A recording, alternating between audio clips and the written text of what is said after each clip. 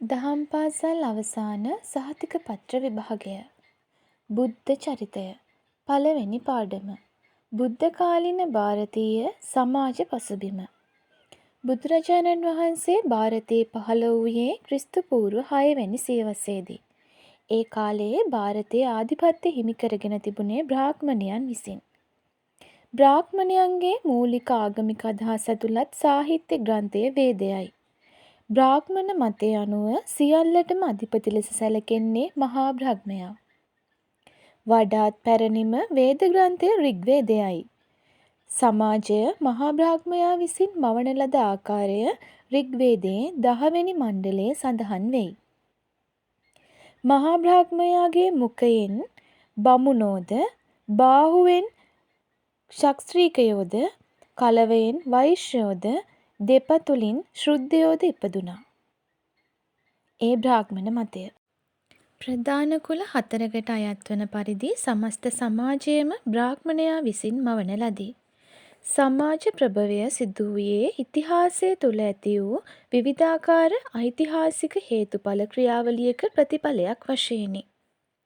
චතුර්වර්ණ යනු බ්‍රාහ්මණ, ක්ෂත්‍රිය, වෛශ්‍ය, ශුද්‍ර යන කුලකම 4යි.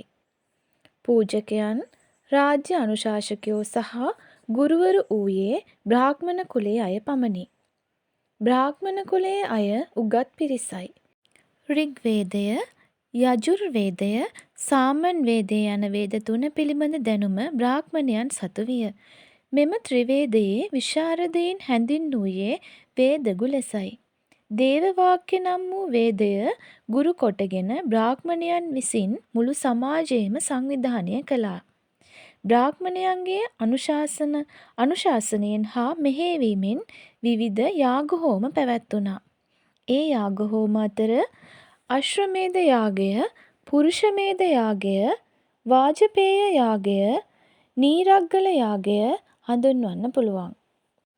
ශුද්‍රයන්ට හැර අනෙක් කුලවල අයට බ්‍රාහ්මණයන්ට දන් දීමට පුළුවන්. කුල භේදය පිළිබඳව සඳහන් වන සූත්‍රය අස්සලායන සූත්‍රයයි. සමාජයේ දෙවනි තැන හිමි වූ කුලය වන්නේ ක්ෂත්‍රිය කුලයයි.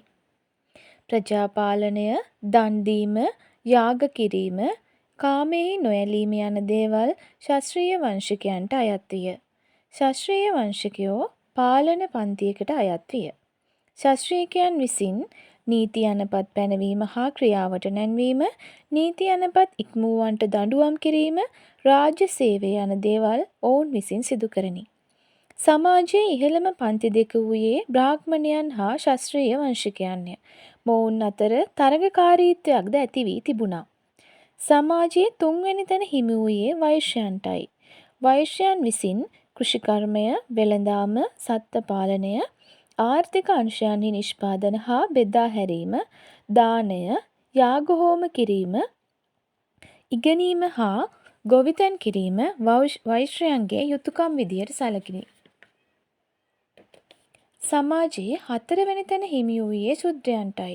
පහත්ම කුලය ශුද්‍රයන්ය. ඔවුන්ට සිදු වූයේ අනෙක් කුල 3ටම මෙහෙවරකම් කිරීමටයි.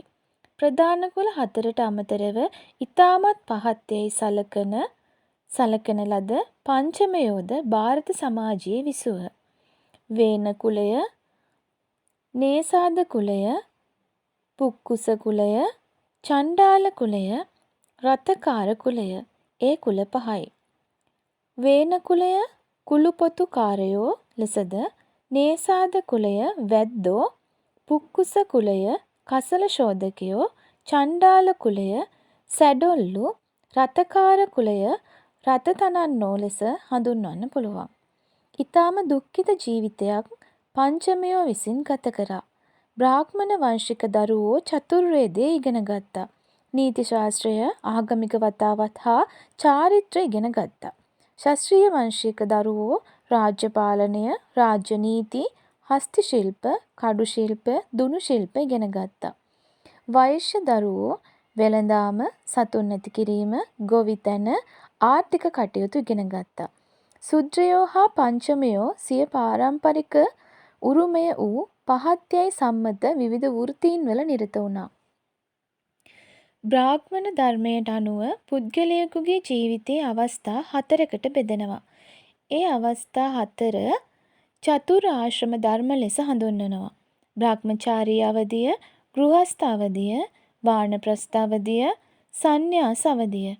බ්‍රහ්මචාරී අවධිය යනු අධ්‍යාපනය ලබමින් දෙමාපිය ඇසුරෙහි කුමර කුමරි බඹසරින් යුතුව පිරිසිදු ජීවිතයක් ගත කිරීම. ගෘහස්ථ අවධිය යනු විවාහ වී රැකියාවක නිරත වෙමින් අබුදරුවන් පෝෂණය කරමින් පස්කම් සුව විඳිමින් ගත කරන අවධිය. වානප්‍රස්ථ අවධිය යනු මධ්‍යම වයසට පත්වීමත් සමග ගෘහ ජීවිතයේ බන්ධන හා පවුල් බරින් මිදී විවේකීව විමුක්තිය සොයමින් ආගමික සත්‍යයන් ඔස්සේ එම වත්පිළිවෙත්වල යෙදමින් ජීවත් වන අවධිය. සන්න්‍යාස අවධිය යනු සියල්ලන්ගේම නිදහස්ව ස්ථිර වාසස්ථානයක් පවා නොමැතිව තැනින් තැනට ඇවිදිමින් ගත කරන ජීවිතය. බ්‍රහ්මචාරී ගුරු දෙගුරු ආශ්‍රය සහිත ශිෂ්‍ය අවධිය, ගෘහස්ථ විවාහක කම්සුව විඳි තරුණ අවධිය, වානප්‍රස්ථ වනගතව සත්‍ය සෙවූ මධ්‍යම වයස, සන්න්‍යාසී නිදහස්ව සංචාරක ජීවිතයක් ගත කළ ජීවිතයේ අවසාන අවධිය. බ්‍රාහ්මණ මතය අනුව කාන්තාවන්ට හිමි වූයේ ඉතාමත් පහත් තත්ත්වයක්. මවක් හෝ බිරිඳක් වශයෙන් හිමි විය යුතු නිසි තැන ඇයට නොලැබිණි. වර්ණාශ්‍රම ධර්ම පදනම් කොටගෙන බමුණු මතවාද අනුව සමස්ත සමාජයම සංවිධානය වී පැවතුණි. බුදුරජාණන් වහන්සේ පහළ වූයේ මෙවැනි විෂම සමාජ පසුබිමක් පැවති කාලයකදීය. දහම් පාසල් අවසාන විභාගයේ බුද්ධ චරිතය පොතේ පළවෙනි පාඩමෙන් උපුටාගත් කෙටි සටහන් ටිකක් තමයි මම මේ වීඩියෝ එක හරහා ඔයාලව දැනුවත් කරේ. ඉතින් මම මේ කියපු කෙටි සටහන් ඔයාලට නෝට් එකක් විදිහට ලබා ගන්න ඕන නම් මට කමෙන්ට් එකක් දාන්න.